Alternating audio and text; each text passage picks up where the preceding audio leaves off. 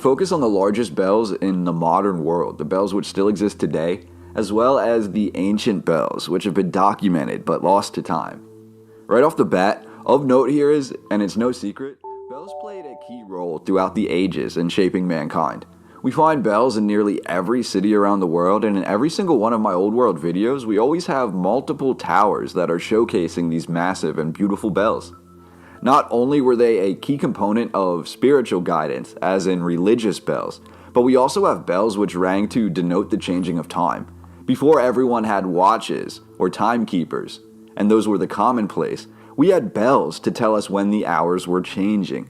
In the most simplest terms, bells could be both a percussion instrument and an identifier. But could there be even more to it than that? I've always been interested in understanding the true nature of bells in the old world, and more importantly, the frequencies or resonance that they can create. Commenters on my other videos have been quick to point out the possibility of bells being able to not only heal if set to a certain tone, but also able to destroy if set to a certain tone. It sounds like science fiction, but in modern times we have such inventions as sonic or supersonic weapons. These devices can be used to create sound waves so destructive that they can harm a target. These devices are also able to be easily hidden and manipulated, and oddly enough, there are multiple disclosed accounts of sonic devices being employed by governments around the world. Examples include infrared waves at 18.9, 0.3, and 9 Hz respectively, which will cause a vibrating sensation and a possible loss of vision. We also have long-wave acoustic devices, which create a cone of sound that can be aimed and used to deter or disable, as on the Seaborn Spirit, which used this type of device to deter pirates who were approaching their vessel. A similar device, known as the Mosquito, is available worldwide, but used primarily in the United Kingdom. Now, do you remember as a kid being told that children can hear sounds that adults cannot? Well, that's basically what the Mosquito does. It plays a high frequency sound that apparently those roughly up to the age of 20 can hear. However, those older than 20 have a hard time hearing it, and In 1988, TAT-8 became the first transatlantic fiber optic cable. Bell Labs Freehold, New Jersey, developed a 1.3 micron fiber capable of 280 megabits per second with a capacity of 40,000 telephone calls. In the late 1980s, and realizing that the baud rate limit was fast approaching on voice band telephone lines, Richard D. Gitlin, Jean-Jacques Werner and their colleagues made a major breakthrough by inventing DSL, Digital Subscriber Line, and creating the technology that enabled megabit transmissions on installed copper telephone cables, thus facilitating the broadband era which we all now use for our high-speed internet. The last great invention under the Bell Labs name was in 1996 with the scalpel electron lithography, which was invented by Lloyd Harriott and his team. This was able to print features onto microchips just atoms wide. One of the reasons why Bell was able to produce such a depth of breakthroughs, and for so long, was that up until the explosion of Silicon Valley in the mid-90s, R&D jobs for scientists, engineers, doctors and professors tended to be in the research universities, which, while being good jobs, weren't that well paid, and sometimes lacked a sense of purpose other than being pure research. Bell Labs offered not only better pay but also better opportunities, and because its parent AT&T was a virtual monopoly, it enjoyed large profits and equally large research grants, and could afford to bring in the top people, knowing that the work being done would only add to the bottom line and give them an even wider reach in the marketplace. It was run by managers who typically had strong technical track records of their own, and the working day was a normal 9 to 5. It was not. Now let me show you another example. I have a desk calculator program. I'm going to run the output of the desk calculator through a program called Number, which turns the numbers into English. And then I'm going to run that through a program called Speak, which turns the written English into spoken English, and we now have a talking calculator.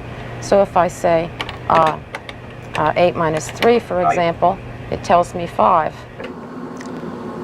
Now I can put this in a file, put this pipeline in a file named TalkCalc, and get the same thing. Now we'll raise 2 to the 100th power. 1,267 octillion, 650 septillion, 606 sextillion, 228 quintillion, 229 quadrillion, 401 trillion, 496 billion, 703,205,376. Now, a person using this program doesn't need to know that it's more than one program running. And all of these things make our life much easier. You don't have to keep typing the same thing over and over again. And that's important for several reasons. The first one is that I, as a single programmer, can up a set of commands that I would have had to have typed, but now I can get it by just typing something fairly short. I issue one command, and what's really done is quite a few commands. The second thing is, because it looks the same as the existing commands on the system, it's very easy for other people to use.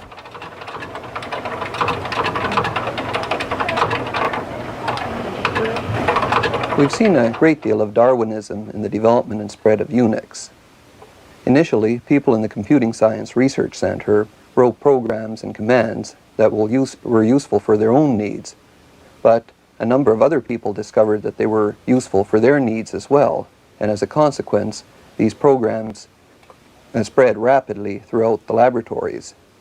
What this all means is that there is more leverage for everybody. In fact, this is sort of a continuation of progress in the computing field in which we have gone to higher and higher level languages. And what has happened with Unix is that over the years, we've developed an increasing family. This family of useful programs has gotten bigger and bigger and bigger. And of course, people who've used it for a long time have a whole bunch of members of this family at their fingertips so that they can really get things done very quickly. And I think it's that really makes Unix as productive as it is. People have used the Unix utilities to build all sorts of valuable applications. And all of these are now part of the Unix family of programs. Some of these applications turn out to have usefulness that goes way beyond the Bell system. For example, the programs which we call the Writer's Workbench were originally designed for the use of our own people here, but by now are used by people in a lot of other places as well. In the Bell system, we produce enormous amounts of information for craftspeople that tell them how to install, maintain, and repair equipment. This documentation is much more important these days than it used to be. 25 years ago, most of our equipment was mechanical. A person who was trying to install or repair a piece of equipment could frequently figure out how to use it just by looking at it. These days, however, our equipment is much more complex. It's made up of computers and computer programs called software. To debug or fix this kind of equipment, you almost always need the documentation. This documentation is usually written by the developers. After all, they know the most about the equipment. But they weren't necessarily trained in how to write well. Which could trigger those accidental discoveries and the aha moments, which are so often missing in today's driven 24/7 work culture. When Silicon Valley started to take off in the mid-90s, and even larger pay packets and share options, for which some turned out to be worth many millions when the fledgling companies floated on the stock market, it saw a gradual shift away from Bell. The pursuit of knowledge by many of the major tech companies now tends to be by mergers and acquisition, rather than having highly dedicated R&D arms like Bell Labs. But in recent years, there has been a call to try and recreate the conditions to build a new Bell Labs, to find the fundamental technologies that will be necessary for the next 80 years. But only time will tell if they can do it. Talk about underwater sea cables and how it accounts for 99% of our communication. Let's think about this: 1, 2, and 3. Australia, South America, and Africa. On the Gleason's map, we have Australia, South America, and Africa. Now let's go back and think about how far this is from this, and this is to this. Go look at any map.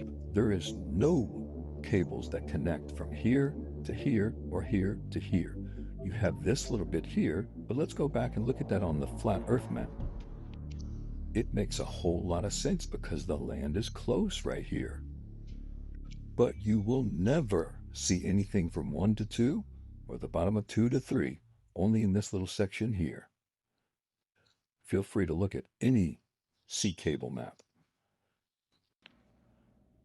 And whether you're looking at flight patterns or the jet stream, look at what we're supposed to believe in, to where on a flat Earth map, look how much more common sense that looks.